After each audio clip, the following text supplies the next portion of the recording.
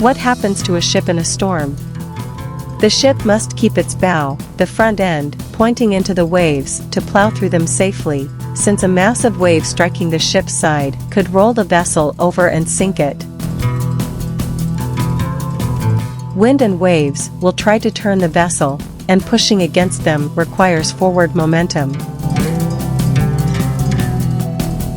While cruise ships can typically outrun most storms, passengers may still experience rough seas as their ship skirts the edges of a storm. On rare occasions, a ship may have to go through the outer bands of storm to reach safe haven in a port, though most times ships will go out to sea to avoid storms. The trick to survival, however, was to keep the ship moving into the waves whilst not placing too much strain on the sails and masts.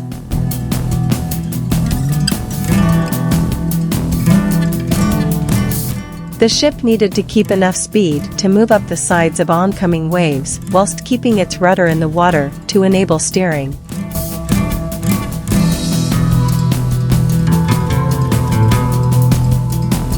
Why is it safer for a ship to be in a storm when it is far out at sea? It is safer for a ship to be far out at sea in a storm as there are no rocks or shoreline for the ship to crash into. Generally speaking though, a large cruise ship is designed to withstand waves that measure as high as 15 meters or nearly 50-foot waves. While Caribbean storms continue to increase in intensity and our measuring gets more accurate, this is enough to withstand up to the worst parts of the worst Category 5 hurricanes. On average, 2 ships a week are lost, one way or another. That doesn't take into account smaller vessels or fishing craft. This is the nature of shipping. The ocean is the most dangerous workplace on the planet.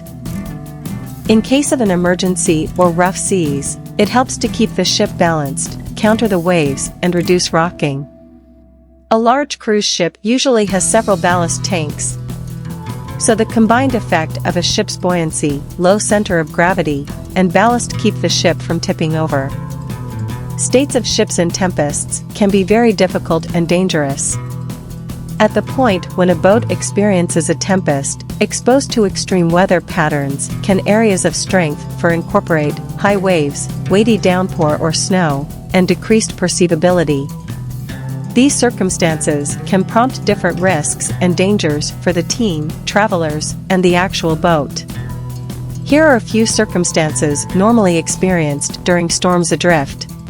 Especially perilous.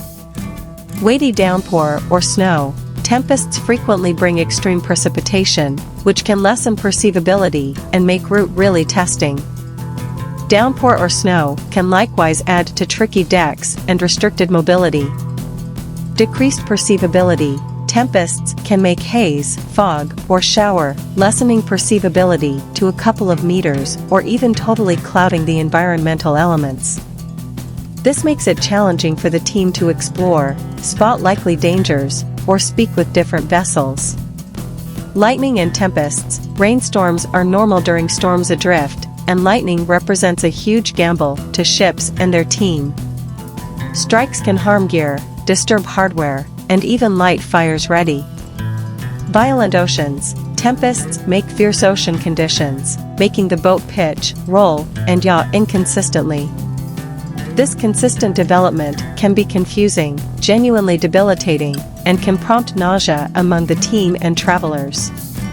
Primary strain. The rough movement of the boat, joined with the powers applied areas of strength for buy-in waves, can put huge weight on the boat's construction. This strain can bring about underlying harm, including breaks, or even the deficiency of freight or gear over the edge. Impacts and establishing.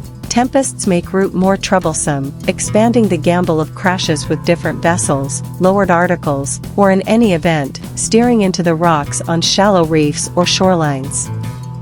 Thanks for watching. Please like and subscribe for more informative videos.